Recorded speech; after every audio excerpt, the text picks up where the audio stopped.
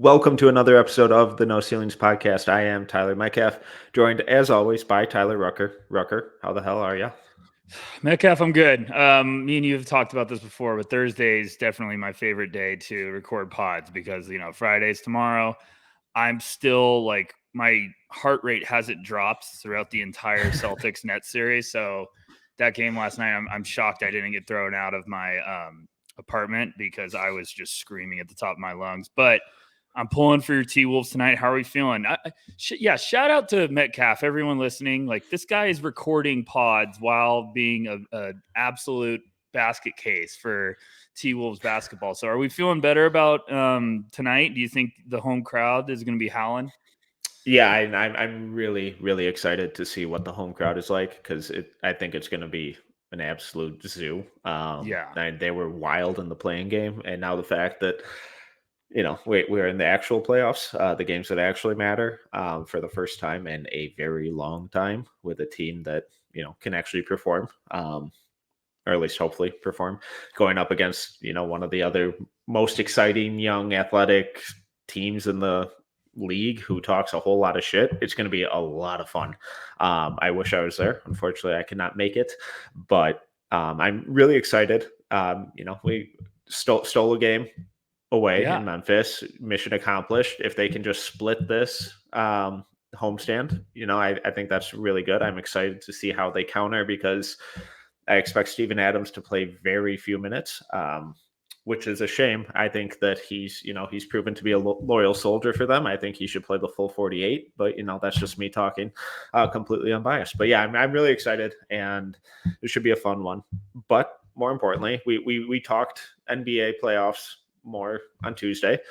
So if you missed that, make sure to go check that out. And we kind of dove into how some of the young guys are performing in the playoffs. But for today's episode, we wanted to pivot back to this year's draft. And we're doing a little bit of a mix up on the mock draft. Instead of going back and forth or just compiling one or doing one on the fly, we both did one ahead of time, just using the current standings listed on Tankathon, and we're just going to go through a mock draft peer review. So we're going to tear each other's apart.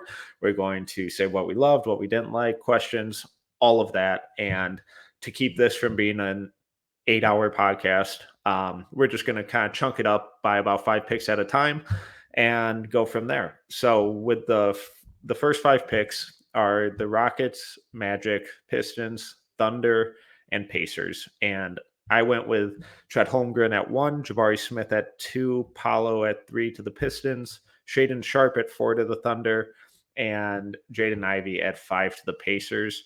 Rucker, you went with Chet Holmgren again at number 1, Paolo at number 2 to the Magic, Jabari Smith at 3 to the Pistons, your boy Keegan Murray at 4 to Oklahoma City, and Jaden Ivey at 5 to the Pacers. So with those first 5 picks, we had, almost identical players, a little bit of a shift in where we had them going. But is there what really stood out to you with those first 5 picks? Yeah, I mean, I was excited to do this for everyone listening. I kind of threw this curveball at Metcalf. I was like, hey, I got an idea for a mock draft, and it's going to get a little crazy, so bear with me. But I believe I heard something similar when I was listening to the Ryan Russillo show. They were talking about the NFL draft, and they were comparing to mock drafts. And I was like, Metcalf, let's do this for the NBA. This would be a fun little wrinkle. And it's funny, like, so what me and Metcalf did was, like, Metcalf did his own. I did my own. We shared them pretty much 2 hours before we recorded. Yeah, and we haven't even talked about it. So this is why it's going to be fun, because we're going to be just kind of, ripping each other apart or saying what we love. And it's funny, once I started looking at yours, I was like, wow, we had a lot more similarities and with some picks than I was expecting. And I actually I liked yours a lot more, but I just got a little bit, I got a little out there. I think, me and you had pretty much the same 3 guys in a different order in the top 3. So, that's going to be the next couple of months. Spoiler alert, everyone. We're going to probably go back and forth each day. Like if I wake up tomorrow, I might have a different order of those top 3. I think the Sharp at 4 thing is like the Thunder at 4. You could argue that that's going to be where the quote draft starts. Mm-hmm. Now, obviously, we still got to get through the lottery and get a finalized order, which then after that, we'll probably do 900 mock drafts. But I feel like if OKC missed the top 3 and someone doesn't leap up there that potentially takes a guard, say someone leaped up there and took Jaden Ivey and then missed, kind of throws a curveball for the whole thing. If the top 3 go and OKC's on the board, I really, with Sharp declaring officially today, officially, I guess he is eligible. Where are you thinking?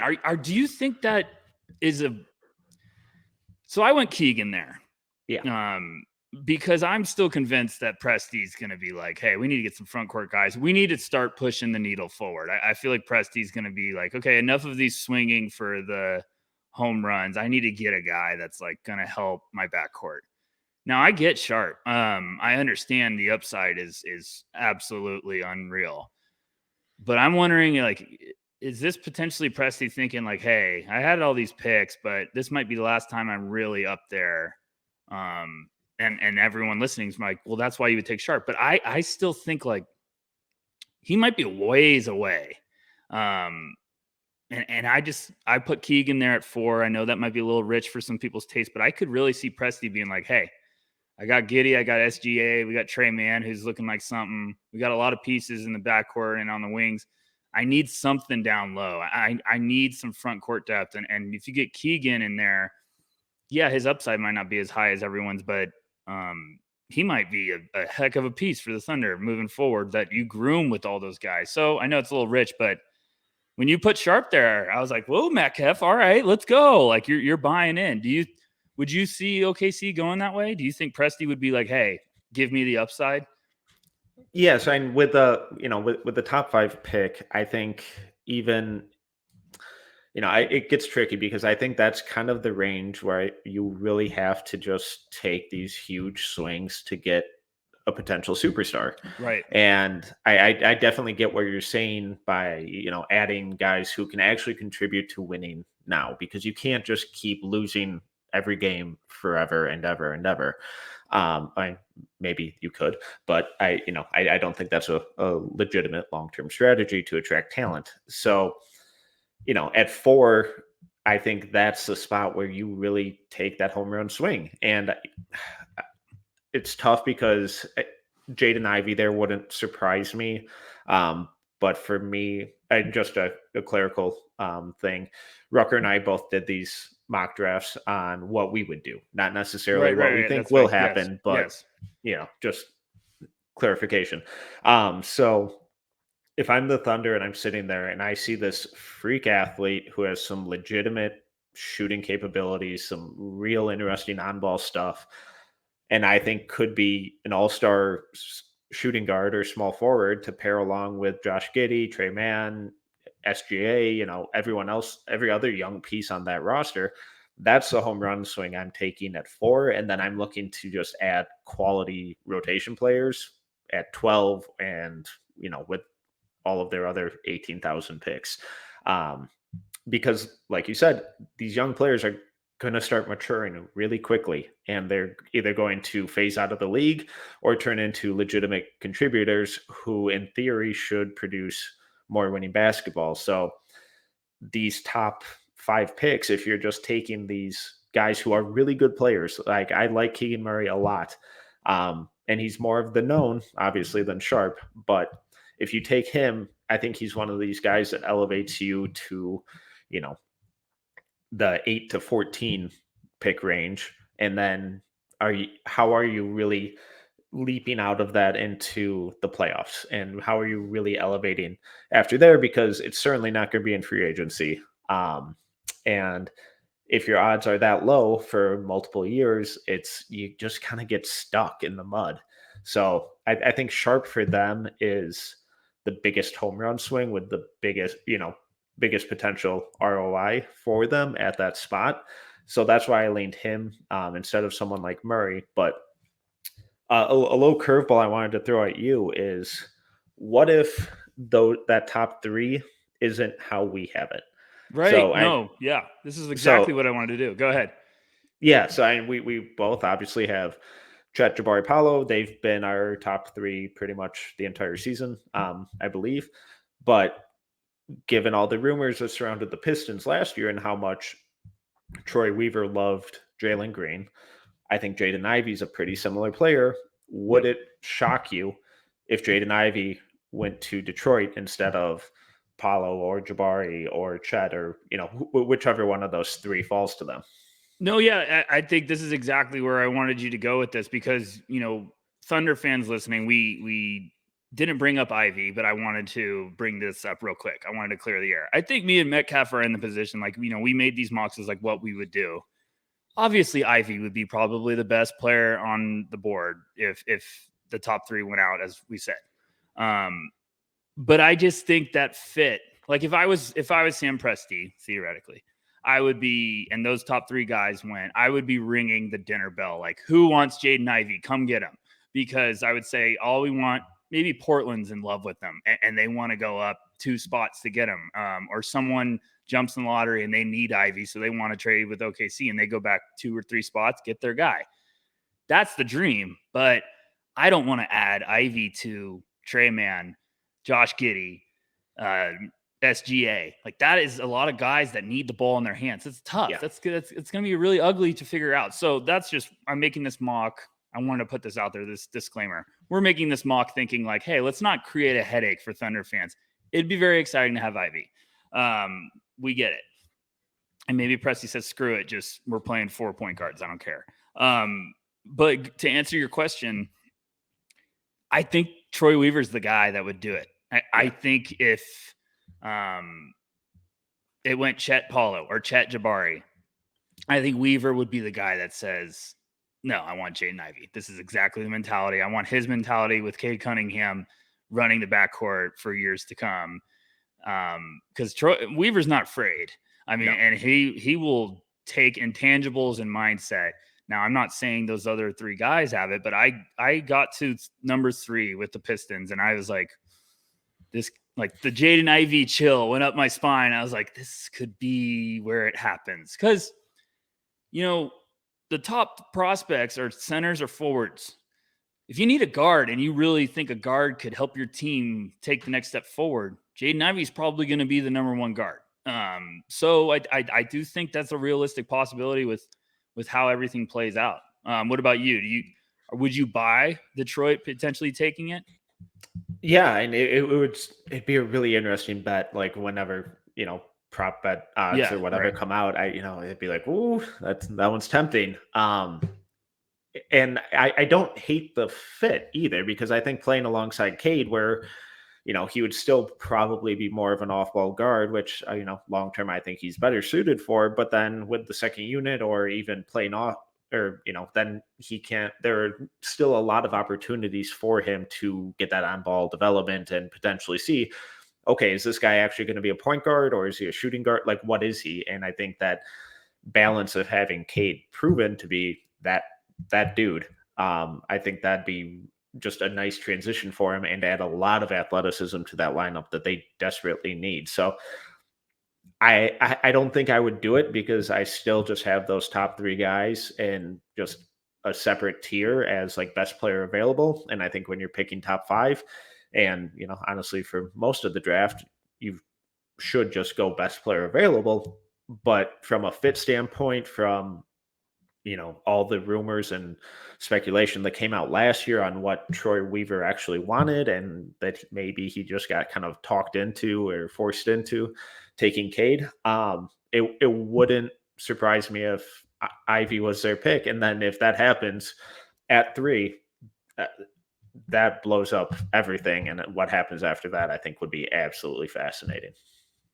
Yeah, I think if, let's say Ivy went 3 and Presti's on the board with OKC, I think he's just saying, all right, whoever fell, I'm taking him. Like, I still think that would Even if it's Jabari, like, yes, I think he would jump at that opportunity to just be like, yep, we got him. And I think Thunder fans would probably agree, like, yeah, jump all over that. It's going to be interesting, especially like the lottery this year, because this draft is shaping up to be like the most dependent on the lottery. Like wherever the order goes, then we're going to be all sitting here like, okay, we got an idea now, and it's still going to be debating Chet or Jabari or Paulo, but Ivy, I still think like last year, I was not comfortable doing all of my mocks because I've joked about this. Like with Toronto, every time I got to it, I was like, Masai would take Scotty Barnes. He's going to fall in love with him. I was just like, everyone's thinking he's going to go past Toronto. I could see him taking him because everyone was like, oh, Jalen Suggs to Toronto. It's perfect. But I was like, this is literally a Raptor pick is taking Scotty.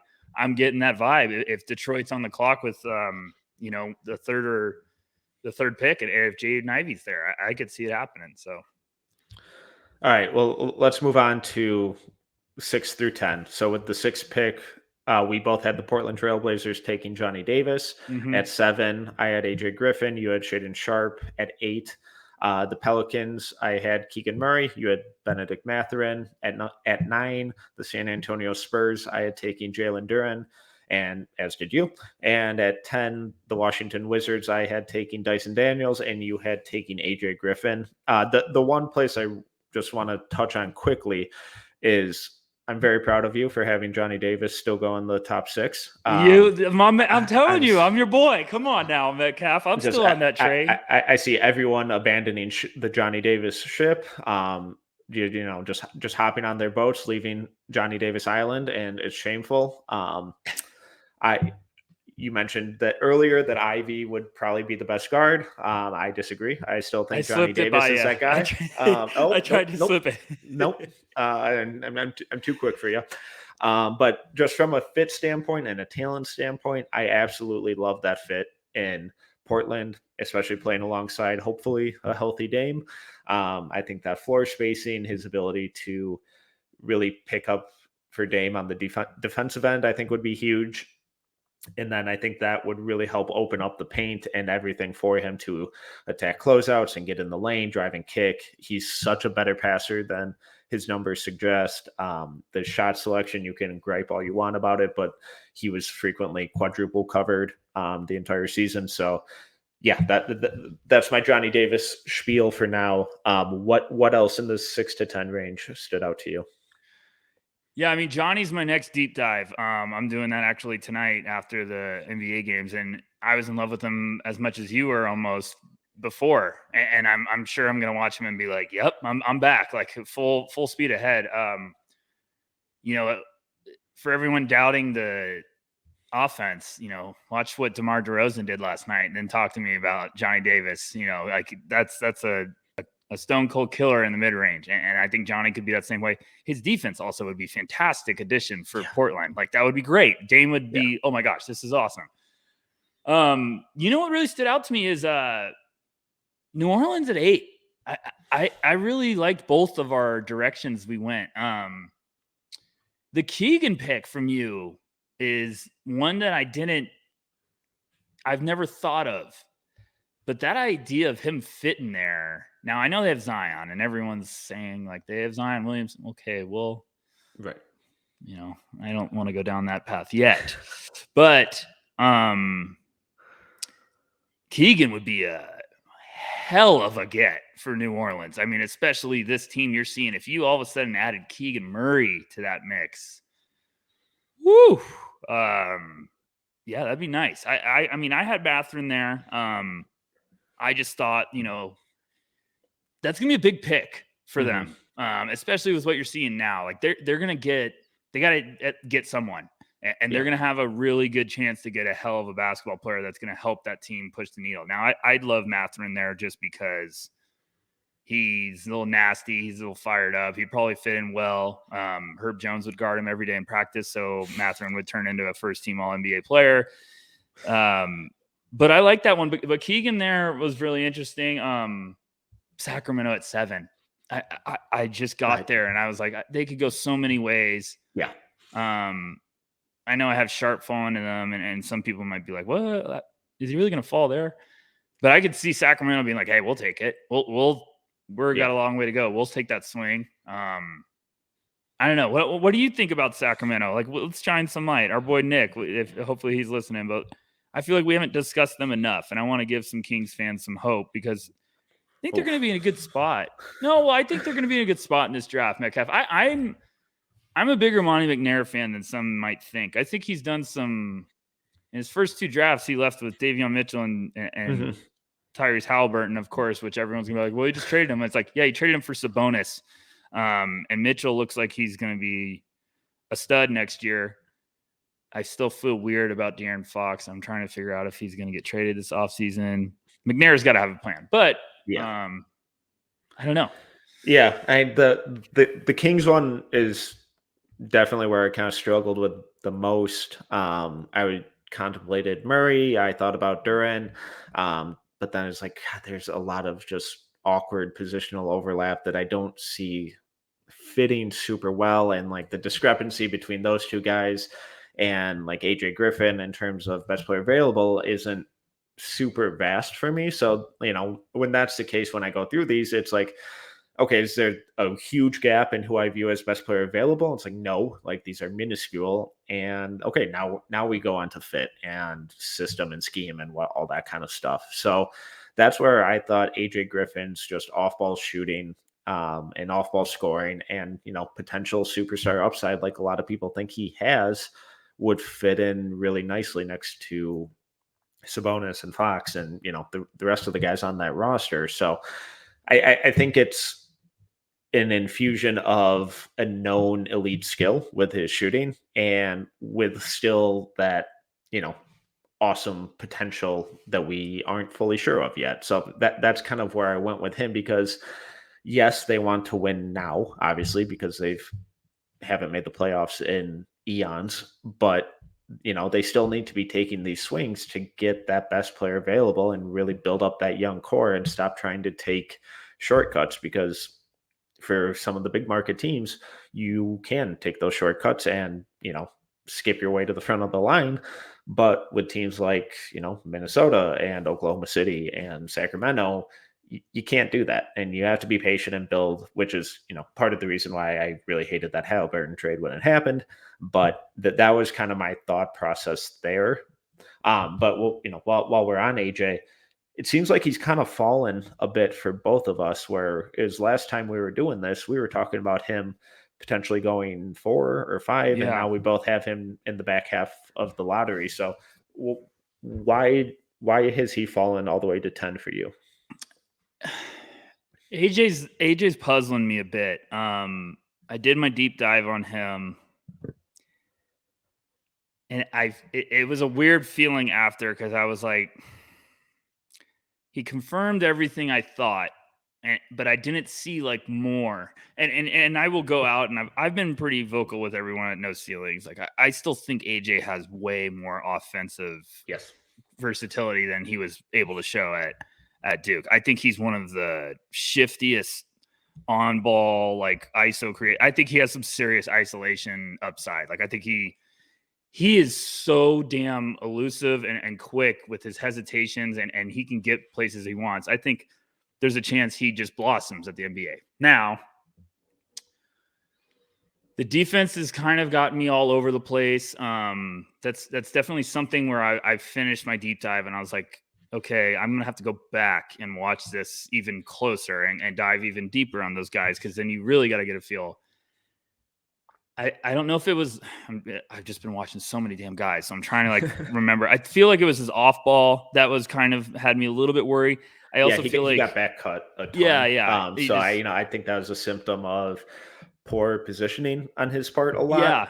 But a lot of the wings on Duke, got back cut a ton. Go watch that first Miami Duke matchup where Warrenberg just threaded that or just dissected them passing from the top of the key. So I get where you're coming from. It was tough because it happened a lot, but I do think some of that is how Duke asks their wings to play and like really pressure guys out on the perimeter. But it was weird and something I did not love. I completely agree with you. It happens so often that you get to like the fifth one and you're like rewinding it because you're like, is this what are they playing on Right. purpose to send the guys? Because like I even watch Paulo sometimes and I'm convinced like they were trying to funnel guys to Mark Williams at some Yes. points because it was just so obvious because I was like, he's not trying to get in front of him. He's just letting him like he's doing like the Olay with the hands out, like, yeah, go to Mark Williams. He's gonna block it. So I don't know. And I watched AJ and I was more intrigued with his playmaking. I just think, when you look at the board, I feel like this is one of those guys where everyone else might start creeping up and he might just not be moving anywhere. He might just be kind of staying still. So you're like, I had him at like 6 at one point, and now I'm starting to get more intrigued with like guys behind him. You throw Shaden Sharp into the mix now, and it's like, I still like AJ, but all of a sudden now you might have him at 9, and you're like, okay, well, I could see him going higher, but I don't know. So what about you? Are you kind of in that boat? Are you still staying strong up there? I really like him. Yeah. I've watched most of the top 10 guys. Like I got like 2 more. I got Johnny. Who else do I have? I have Johnny and Jabari is my next one after Johnny. And that was the one guy I didn't like. Okay, I'm jumping all in. I was like, it's like, dang it. And maybe I got to watch him again. That happens a lot. Yeah. And so in my overall rankings, I have him at like 9 right now, I believe. And I do too, Metcalf. I fully buy the shooting. And I know some people are worried about the fact that he looks like he's riding a horse with how wide his stance is. I don't really care about that. I can tolerate funky mechanics as long as it goes in. And when you have that big of a volume of success, it's like, okay, whatever, it works for you. So I'm not going to rip it apart or break it or try to fix it if it's not broke. The defense really concerned me, and I'm trying to kind of ride the line of buying in on the unknown and getting overly excited of, oh, but like, look at these 2 flashes in this game where he showed this awesome on-ball creation versus the pessimism of, oh, he didn't show it at all this year. So it's really trying to figure out how much of an influence did his situation and role at Duke have on him as a player this year? Because I think it was their first matchup against Wake Forest. I've mentioned this a ton with him, but I think it was when Coach K was out with illness and Shire was, I think that was his first full-time coaching game. And AJ was allowed to go to work on ball. And he had this nasty, attack closeout out of the corner, 2 dribbles to the middle, spin, step back to the corner. And he covered like 6, 7 feet of ground in, a blink of an eye. It's like, holy hell, where did that come from? And why haven't you shown me this before? And why aren't you showing me this after? So it's like, I know we always get so excited about the what could be or the, unknown. And we see that with Shaden Sharp. We see that with AJ Griffin. And then once guys show us that they can't do something, but can still do other stuff really well, like a Keegan Murray or Johnny Davis or Patrick Baldwin Jr., then we're like, okay, it's boring. I kind of have a better idea of who this is. So that's where I'm at with him. And I get the upside. I feel like there's less superstar potential there than I did earlier in the year. Yeah, I mean, the Wake Forest game you're talking about, it looked like a whole different human being on the court. It was just like he had extra juice in his legs. So that one really jumped at me. I remember exactly what you're talking about. The fact that he's not going to be 19 until after Summer League also still just like is a really important reminder. Like you need to remember that, like, okay, he's going to be damn young. I'm like you. I still think he could be damn good, like really good. If someone got him around 9 or 10, I think he'd be pumped up. And but I'm just still like I think some other guys I'm leaning up. Now, this is the part of the year where you start circling back after you do your first dive, and it's not like I can't get back on AJ, mania. It's not like I won't buy real estate on that island again. So it's not like we're out on him. No, I'm not out at all. I just think like earlier in the year, I was like, man, he might go top 5. And now I'm like, Yeah. okay, that might be a little rich. I might be more towards like 7 to 10 now. Mhm. So it's like, yeah, I'm still very high on him. All right, let's move on to the next chunk here. With the 11th pick, the New York Knicks, I had them taking Malachi Branham. You and Dyson Daniels at 12, the Oklahoma City Thunder. We both had them taking our boy, Mark Williams. At 13, the Hornets. I went with Matherin. You went with Branham. At 14, the Cavaliers. I went with Agbaji, as did you. And at 15, the Hornets. This is where I cheated a little and went away from what I would do towards a potential what would they do, and I went with Walker Kessler and you went with Jeremy Suhan. So in this 11 to 15 range, what jumped off the page for you? So the moment you get out of the lottery, you cheated. Yeah, exactly. I I was mean, like, that's bullshit. yeah, well, I've stuck to. I just took the rules and threw them out the window.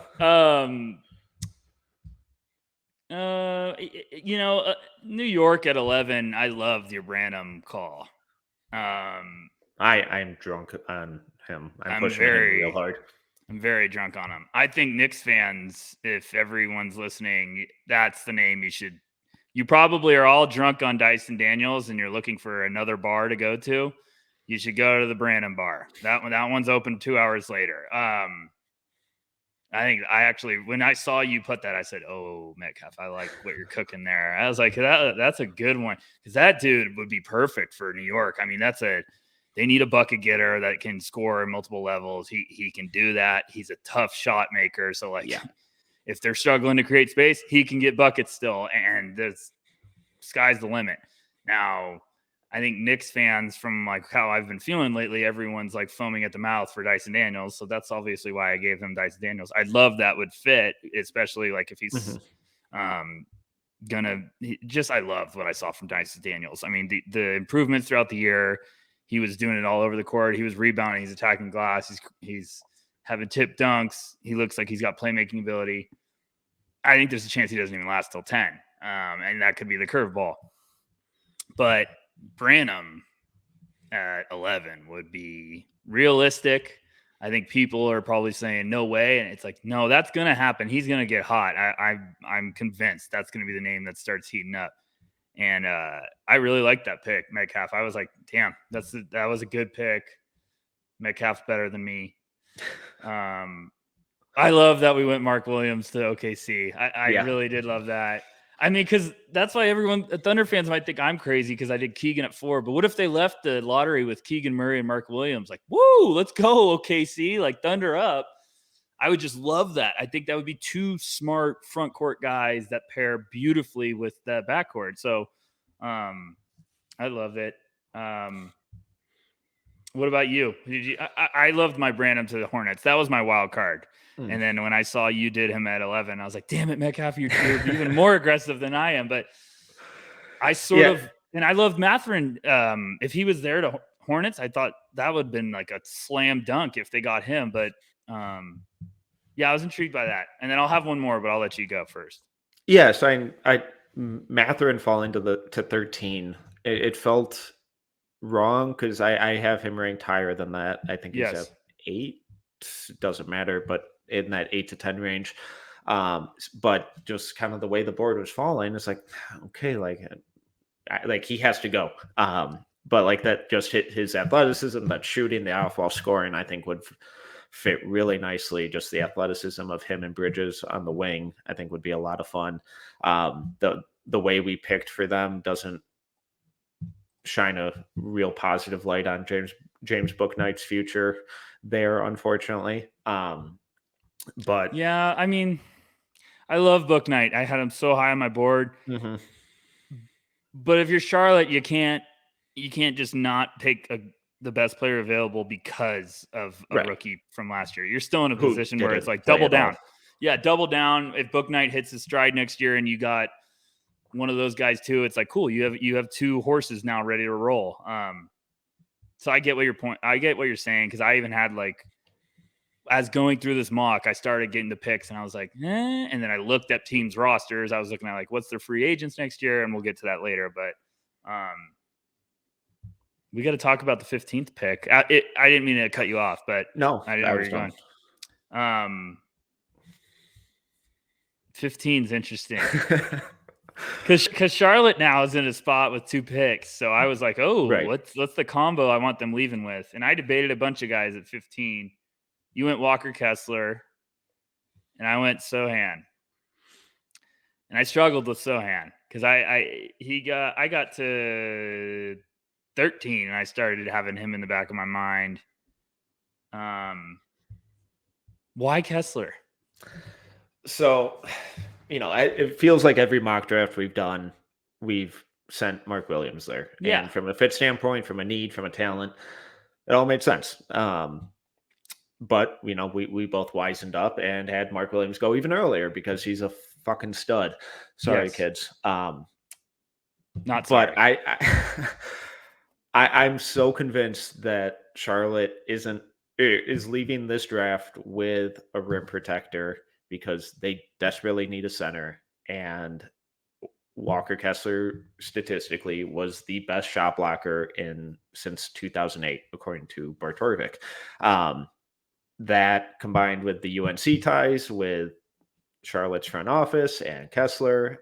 Yes, I know he left there, but what he declared it and whatever. So I don't think there's necessarily bad blood. It's a reach. I wouldn't do it. I'm a lot lower on Kessler than 15th overall, but from a need standpoint and who they had there, and so trying to envision one of these guys to actually get minutes in their first year, he was kind of the only one that I saw filling a glaring hole in what they need. I'm going to give Hornets fans a little prize. I'm going to take them through my exact thought process and talk about the options if they had it here. So I went with Sohan. I thought about him too. I liked it just because I think that's a need and an upside swing at the same time. I'm still a PJ Washington believer. Yep. I just think Sohan, like, teams need Sohan to get to the next step. They need the defensive nasty guy that doesn't need a lot of offensive force feeding. And he would just be that mentality, that tough piece that could help them take the next step, like a great rotation asset. I thought EJ Liddell here because I went to the same point as you. I was like, they need a rim protector, but I don't like any of the bigs at 15. Yeah. I thought Walker would have been way too rich for me at 15. It didn't feel good.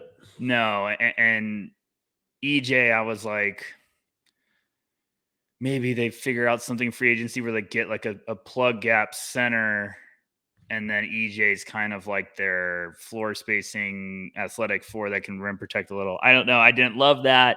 I thought about Tari Easton there. It's an odd spot. It really is. They would need the board to fall pretty well for that second pick.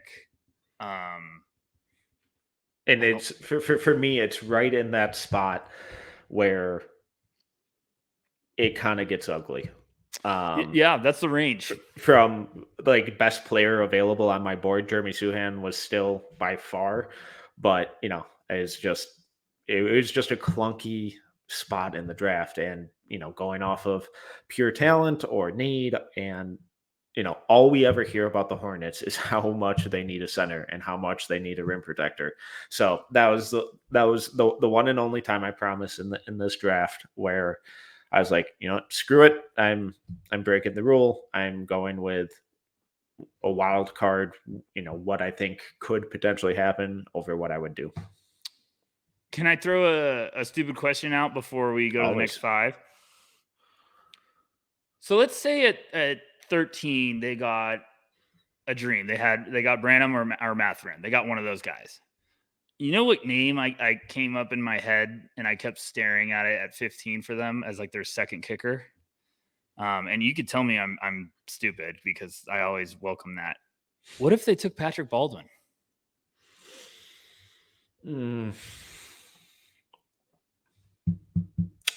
And I don't hate it because we're both still much higher on him than consensus. I'm just thinking of him and LaMelo. I'm thinking of LaMelo being like, run the damn floor, and I'm going to hit you for threes left and right. And Yeah, then if you had like Branham or Mathurin with like their cut, I don't know. It was one of those wild cards where I was like, if they didn't go center here, where would they go? Because I just didn't like any of the centers. I was like, I wouldn't take any of the centers at 15. I would try to trade back if I had to. Yes. And then I was like, what about, is Baldwin a worthy roll the dice as your kicker? Like if you hit gold with your 12th or your 13th pick and you're like, all right, who's the roll? Who's the upside swing? And it's like, okay, if Baldwin hit too, and you had Baldwin with LaMelo, I'd be like, well, that'd be a really fun connection. But that's my crazy question, Metcalf. Yeah, my only hesitation is I don't know how quickly Baldwin is going to contribute. I think eventually he does, but this is a team that's gotten smoked in the play-in 2 years in a row, and I think they're kind of sick of that and are looking to kind of just make that step up and actually make the real playoffs.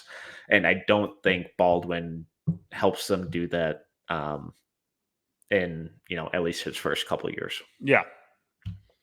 All right. 16 through 20, the Atlanta Hawks at 16, I had them taking Jeremy Suhan. You went Patrick Baldwin Jr. At 17, the Houston Rockets, I had Patrick Baldwin Jr. You had Kendall Brown. The Chicago Bulls at 18, we both had EJ Liddell. At 19, the Minnesota Timberwolves. I'm so proud of you for not giving them some inefficient chucking guard. We both went Tari Eason. I almost did to piss you off. I was half expecting it. And at 20, the Spurs, I went with Max Christie, which I know is way too rich for 99% of the people on the face of the earth. And you went with Jaden Hardy. So in this grouping, is there anywhere you struggled? Is there any pick that you got really excited about? Yeah, the first thing I'm struggling with, is it Sohan or Suhan?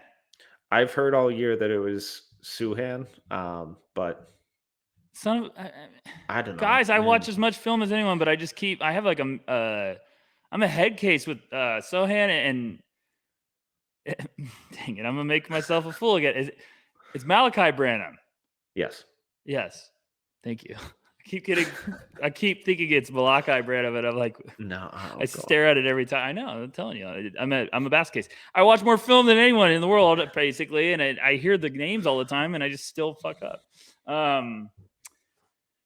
Atlanta at 16. I liked both of our picks. Sohan could be Sohan. You're wrong. I think could be a really good pick for Atlanta. The EJ to Chicago thing would be it just makes really too much fun. sense. I really wanted to find a way to get him to Minnesota, but in the spirit of doing this correctly, you can't forge it, so I wanted it too, and I was like, no, I can't. That also could be Minnesota being like, we're trading up because we have to get in front of Chicago.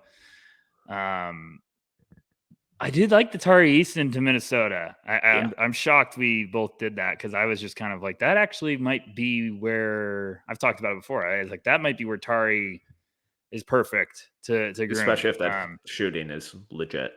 Yeah, and playing alongside like Towns, if he ever got minutes consistently in that, where it's like Tari could attack and get downhill in a hurry with Towns spacing. Edwards out there, like that's a fun fit. That would be really nice. I liked that.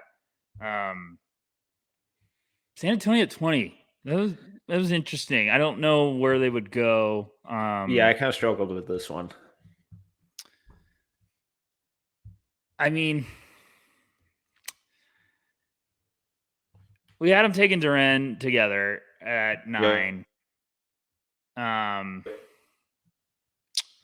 I still feel like even if they took Duren at 9, like, and obviously we've been mocking Duren there for 2 months, and it's not going to happen.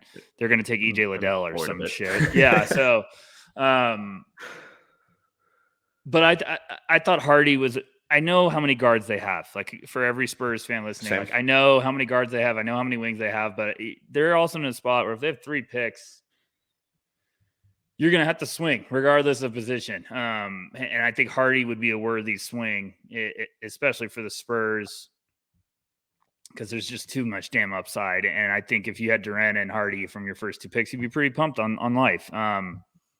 I'd probably like his fit with some later teams a little bit better. I could still see Hardy going earlier because I think someone's going to be believing it. And I understand your pick about Max Christie. I'm just trying to figure out what direction they would go in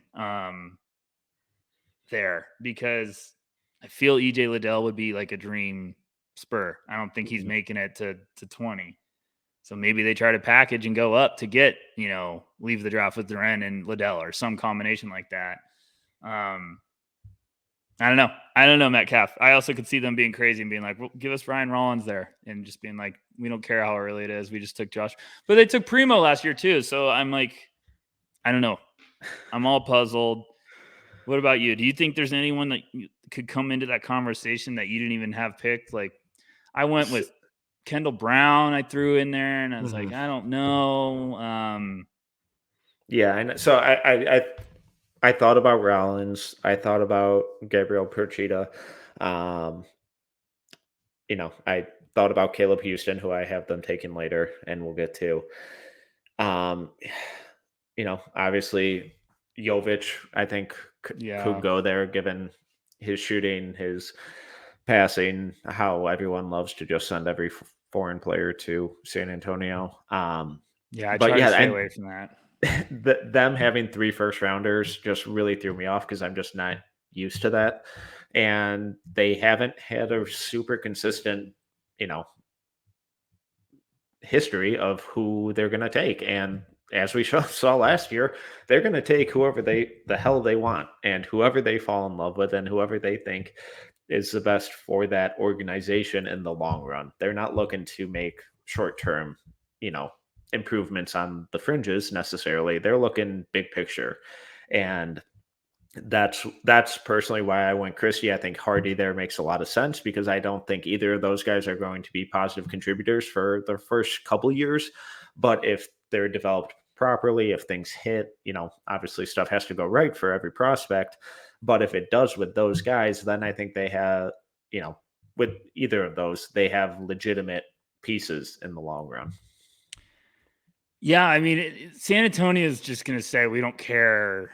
We're going to take whatever position or guy we believe that could turn the momentum of this team. Like we have them taking Duren at 9. I wouldn't be surprised if San Antonio said, we don't care. We're taking Dyson Daniels. Like we love him. Him and DeJounte defensive. Well, that's what I'm saying. Like that's what the Spurs do. Vassell on the wing. Oh, yeah. God. That's what the Spurs will do. They will be like, we don't care. We're going to take him. Or they would say, they would jump over Branham. They would do something like that where we're just like all saying, oh, they need a big. They're going to take him. The Spurs would be like, oh, really? Bet. And they're going to take one of the guards and be like, we don't care if we have. Well, then if they did that and then even took like Koloko with that's in the end of the first, I would love that. I think that does everything they need. And so, yeah. Okay, yeah. No, new assignment for us. We're now banned from mocking Duren to the Spurs, and we have to get a little more creative with it. That's why I wanted to do this, because now our gears are turning, because I'm like, okay, where could they go if they didn't take Duren? And because you have 3 firsts, you could take Daniels up there. Yeah. Or where, say that San Antonio moved up somehow or a little bit, or I don't know. I hate how like when it gets to the lottery night, it's like, you can either move up to the top 3 or you're not moving. It's like, what? This is the stupidest thing ever. But I'm like you, like maybe they take Daniels up there because they're like, we'd rather have the upside of Dyson Daniels with the defensive potential. And maybe they're like, he's big enough where we're going to play some chaotic lineup where he's like a one of the wings or something. And then you take Koloko later. And then maybe you get Kendall Brown or someone like that. Jovic or another wing where you're adding that. I don't know. I'm just speaking out loud because that was the big one when I got to when I was doing the mock exercise. I got to San Antonio at 20 and I was like, man, this hurts. I was like, well, I don't know where they would go. And that's why I went Hardy, because I still just believe like Hardy's going to get drafted lower than he deserves. But I don't know. That's all I got. All right. Moving on to 21 through 25. At 21, the Denver Nuggets, I had them taking Jaden Hardy. You went with Ty Washington. At 22, the Grizzlies, I had taking Procida. You went with Beauchamp. At 23, the Nets, I had them taking Koloko. You went with Wendell Moore. At 24, the Milwaukee Bucks, I had taken Ty Washington. You went with Kennedy Chandler. At 25, the Spurs, like I said, I had them taking Caleb Houston, and you went with Usman Jang. I hated this range, Metcalf. I really hated it. This by far took me the most amount of time. Yeah. And I hated every pick I came up with, essentially. I think I changed 3 picks more than 4 times. I don't love my tie to the Nuggets. I would love Hardy there. I thought that was a great pick by you. That would be if Bones and Highland. If Bones and Hardy click together, that would be Electric City in Denver. So I like that. That would be a really good fit, and Denver will jump all over that value. I took Ty because I was just looking, and I was like, I could see them going another different ways, and I was like, I feel like if they added another backcourt guy coming off the rotation, maybe Bones is getting a little bit more run next year, and then Ty is kind of like a change of pace guy. I was like, that makes some sense. That could be good value where they jump all over it. So I didn't love it, but that's where I went.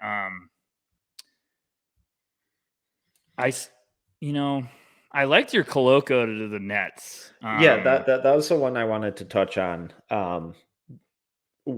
What was your reasoning for Wendell Moore? I'm among the No Ceilings crew. I think I'm by far the lowest on him.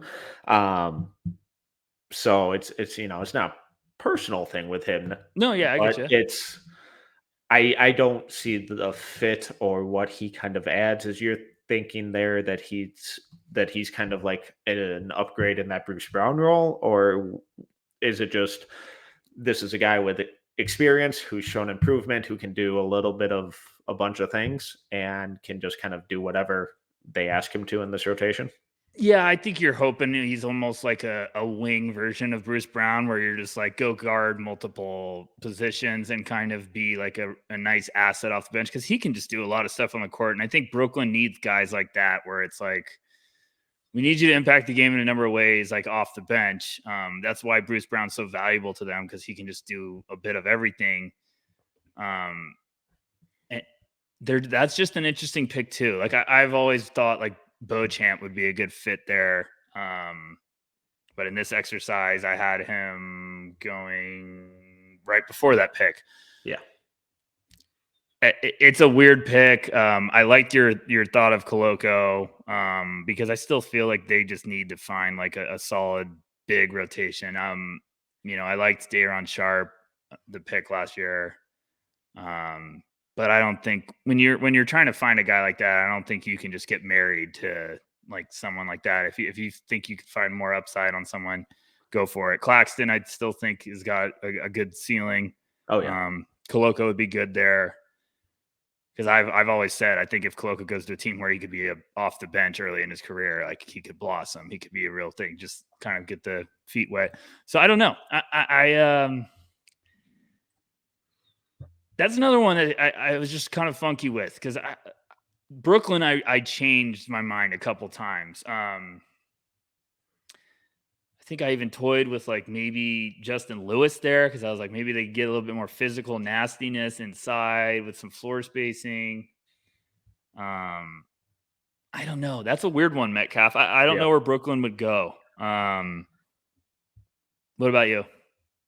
Yeah, and they're tricky because they're just a team in flux right now, and we don't really know what they have. I went with Koloko because I think he's just that steady defensive anchor who's the lowest of low maintenance on offense. If you bring in a center who's used to getting a bunch of touches on the block, they're going to be sorely disappointed and miserable with Brooklyn, because it's just not going to happen. But having that kind of defensive anchor for them, I think, would do wonders for their defense, which is proving not to defend anyone. It would get them to hopefully stop doing these Blake Griffin, LaMarcus Aldridge experiments that work for a couple weeks in the regular season and then peter out pretty pitifully. So yeah, and I just think his defense alone is one of the most. I thought he was one of the most impressive all-around defenders at the center position in the country this year. and that his ability to run in transition, the way he gets those early seals in transition, I think it would just be a pretty seamless fit and a nice kind of change of pace and even potential pairing along with Nick Claxton for a few minutes here and there. In this grouping, though, I was really interested that we both went with a point guard for Milwaukee, where I went with Ty, you went with Kennedy. Did you kind of debate any other position for them, or what? Why did you land on Chandler?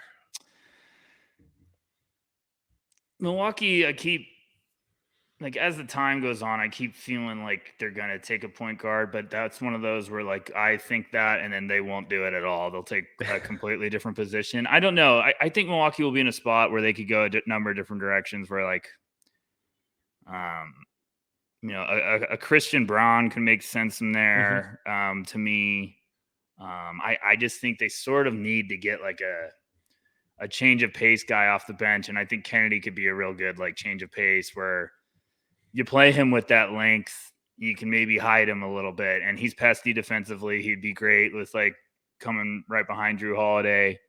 Um, I love the idea of Ty falling to them. I thought that was a great pick from you.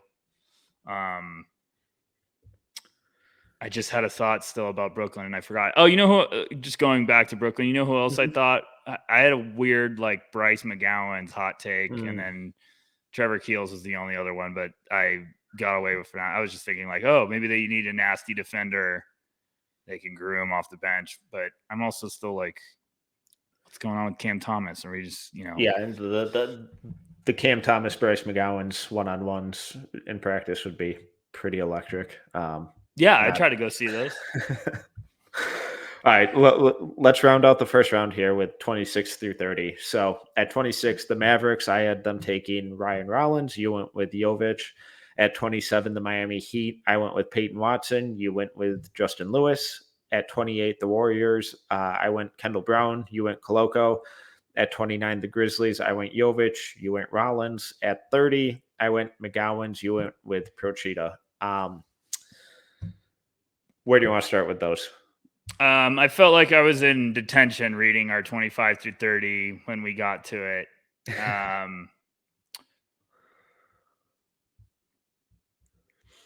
Yeah, and so Mavericks taking Rollins. Talk to me, because I love Rollins, but I'm trying to figure out the fit. So and you and Corey just did a really good breakdown of him over on the Draft Deck podcast, and Rollins is a guy who continues to grow on me, and when I keep looking back at my notes on him, the biggest issues with him on offense are the outside shooting, but I don't distrust his shot. So it's like, okay, so am I just purely looking at the result on that? Because his form from the mid range and from three is the exact same. It just didn't always go in from three. And I really like his mechanics, and I think they're legit, both off the catch, off the dribble.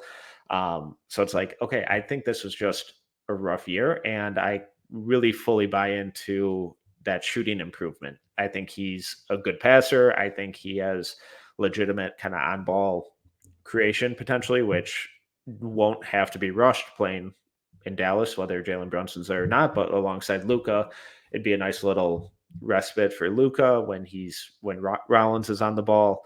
I think the shooting's legit. I like him a lot as an on-ball defender. The off-ball defense needs some work, but just that overall two-way package of scoring, ball handling, passing, and on-ball defense, I think kind of fits in nicely and gives them a little more flexibility on the wing that's not just Tim Hardaway Jr. or Dorian Finney-Smith. Yeah, I think they need, who knows what happens with Brunson. I think they'll definitely need like a smart guy that can space the floor. Now I just took Jovic, and I'm not saying like, oh, I just took Jovic because it's the Mavericks and Euros. I took Jovic because it's like if he's on the board and Dallas has the pick, they probably will jump all over that because it's just that's the type of guy they want. With if you got Jovic and his upside at 26, like you gotta jump all over that. And Dallas has a good international scouting department, so I'm sure if they took him, they'd believe in him. Dallas is another interesting one, like San Antonio. I could see Dallas going a number of different ways. I feel like we've done a mock before of like Walker Kessler going there. Not that sold on that. I still think they need to get him some more shooting. So I liked your Rollins pick. I was like, hell yeah, Metcalf, because I could see Rollins heating up. I could see him going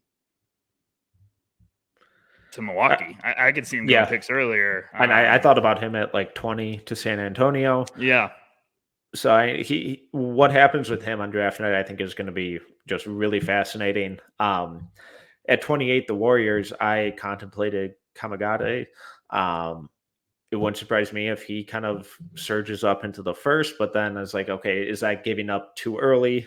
Or, not necessarily giving up, but is that pushing James Wiseman's minutes too far down, or does Kamagate or does the center there even get a chance? Because I think I'd be surprised if they ever really move off Kevon Looney anytime soon, because he just does whatever they ask him to on a nightly basis. So why did you go with Koloko there to the Warriors?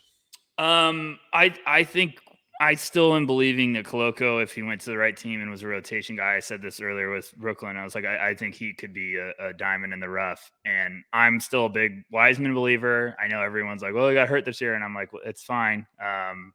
It happens. I think they're playing the long haul game. They're playing it smart, where they're like, he looked fantastic returning.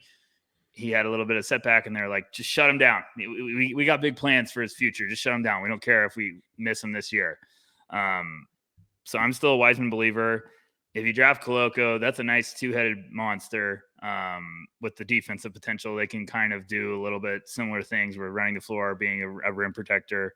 I know Looney does some really good stuff for them, so we'll see. Maybe Koloko is like, end of the roster guy or something. But I actually I had a wild card there, and I took him out. But I think this is a name that could be up there. I think he's going to get in the first round. I had Jalen Williams going there. Santa Clara, Jalen Williams. I think he's going to rise because I've just watched him too much, and I think that's the guy that playoff teams like. That's the type of asset you want. I know they have Jordan Poole, but I think Williams is just a good-sized wing that can score from multiple levels and really, really smooth. He's 6'6", so maybe they're just like, hey, we got Jalen Williams and Poole and Moody and Kuminga, Grumman, and then we have Steph Clay. Like, hopefully Wiseman's healthy. Maybe they're just like, let's just add some dogs, some really good players to the mix. Now, I took him out because I was like, would that work with Jordan Poole and all that stuff? Like, I was just thinking, but I also think Golden State will be in a position where they're like, hey, just get us another piece. Let's get us another smart guy. I still won't ever give up on the curveball of Jordan Hall somehow going there, because they'll just be like, oh, this is Livingston again. But I'm trying to think of who. Let's talk about Miami real quick before we get off, because I know the game's starting soon, and you're pacing on the room. No, you're good. I loved your Peyton Watson pick. Yeah, it's a little surprised that you didn't have him in your first at all. Yeah, I was going to do him at 30 and maybe at 29. And then at 29, I was like, I don't want to see Peyton Watson go to a place with a bunch of Peyton Watson clones. And just turn into Jarrett Culver. Stop. I need everyone to let Jarrett Culver breathe a little bit. I feel like I've heard Jarrett Culver jokes for the last 2 weeks. I want Jarrett Culver to be good, for the record. I love Jarrett Culver. By all accounts, he's a tremendous human being. But when you look at Peyton Watson and Jarrett Culver, I think they're kind of eerily similar. Because one might be a freak of nature defender, and I don't think the other one was ever going to be. Oh, I was higher on his defense than you were. Culver's? I was high on him as a defender. But agreed. I definitely think Watson's defensive potential is significantly higher, but I also think that is kind of underselling Culver. But sorry, I just love him going to. I love him going to left turn off the tracks. No, it's fine. I love him going to Miami. I think that'd be a great place to let him blossom. He ain't gonna be playing anytime soon. Just let him blossom. Yep. He'll be in the right environment. I just still love Justin Lewis there. I can't get that idea out of my head. I think if Justin Lewis went to the Heat, that would be just like the best. I think they'll figure out his defense. He has already the offensive upside. If he becomes a good defender, my goodness, that would be a heck of a piece. So, yeah, I loved your Ryan Rollins to the Grizzlies, and you know your McGowan's at 30 to OKC. I was not expecting that one, but I kind of liked it. I just think that he has some of the highest on-ball scoring upside in this class. Obviously, a lot of things need to go right. The shot selection needs to be completely revamped, and the outside shooting needs to start clicking. But if a team's patient with him, if he has that work ethic, a Jordan Poole-esque emergence a few years from now wouldn't stun me. So, and with guys like that at the end of the first round, where you get them on a guaranteed contract, but you're not super leveraged by having them on the roster and on the pay sheet. I think those are kind of some of like the calculated risks that are really worth taking. Yeah, I agree. I'm just looking back at it. Houston Rockets fans would love you. You let them leave with Chet and Patrick Baldwin. That'd be a pretty fun one. I think Thunder fans would sign in blood right now if they could. Your draft, they could leave with Shaden Sharp, Mark Williams, and Bryce McGowens. They'd probably do a backflip. It'd be fun. I still think that my version of Keegan, Mark Williams, and Pochita would be the most electric thing ever. It'd be erotic city. But no, I really liked your mock. I thought it was I liked a lot of the fits. I liked a lot of the picks. The Branham thing at 11 still is going to keep me up at night because it was just so perfect and I loved it. I am getting irrationally high on him, and I keep thinking about moving him up even higher than where I have him, and I just have to turn the computer off and walk away for a little bit and just rethink about life and cool off. But there is where do you have him? 12. And I have him. I haven't updated my board, but I will probably have him lottery very easily. Yeah, and the gap between him and AJ Griffin at 9, Mathurin at 10, and Agbaji at 11, that gap is rapidly closing. I'm gonna have him top 11, probably. Yeah. And I'm going to feel pretty good about that. I was blown away watching his film. I was like, oh my gosh, I'm in. And it wasn't just the scoring. I thought he was a very underrated passer. Go check out last week's article. Yeah, Metcalf did a great job at NoCeilingsNBA.com. Metcalf did a really good job on breaking that down. It was literally the night after I did his deep dive and Metcalf did it, and I was like, "Cool, we saw the same shit." So it's always fun when I have confirm with someone I trust. So, yeah, that's all I got, Metcalf. I'm sorry to keep you so long. No. I thought this was great. Yeah, this was a fun one. But as always, what was the best thing you saw recently in basketball? I'm gonna cheat because I don't care. The Celtic game yesterday was unbelievable. I can't believe they won. I've said it 400 times. Marcus Smart walking in with the custom Defensive Player of the Year robe and then going out and just bringing the heat defensively. I don't care about stats. If everyone's going to be like, who's shooting? Their opponents are shooting 40-something%. I'm like, I don't care. I've been watching him guard Kyrie, and the guy's unbelievable right now. So that was a big win. You know what? I'll throw one more in there. I'm sorry to my Phoenix Suns faithful, but watching New Orleans go in game 2 and pull out a win was really damn impressive. And that team's got a bright future. I'm praying that Zion's going to be healthy because I think New Orleans could skyrocket next year. That team's got something cooking. And shout out to David Griffin. I almost said AJ Griffin. Shout out to David Griffin. Finding value in the draft, finding guys on 2-way contracts. There's value all over the draft, so the good GMs go find it, and that's been awesome. What about you, Metcalf? I'm going to give a rare shout out to Doc Rivers. Whoa! Where did this come from? And it's very situational because the way that Joel Embiid was ending that, I believe it was overtime. I apologize if I get my timeline just mixed up here, but where Precious Achua poked it away and then tried to huck up a one-handed half-court heave, but Doc Rivers called a timeout with zero point 0.9 seconds left that led to a ridiculous Embiid buzzer beater.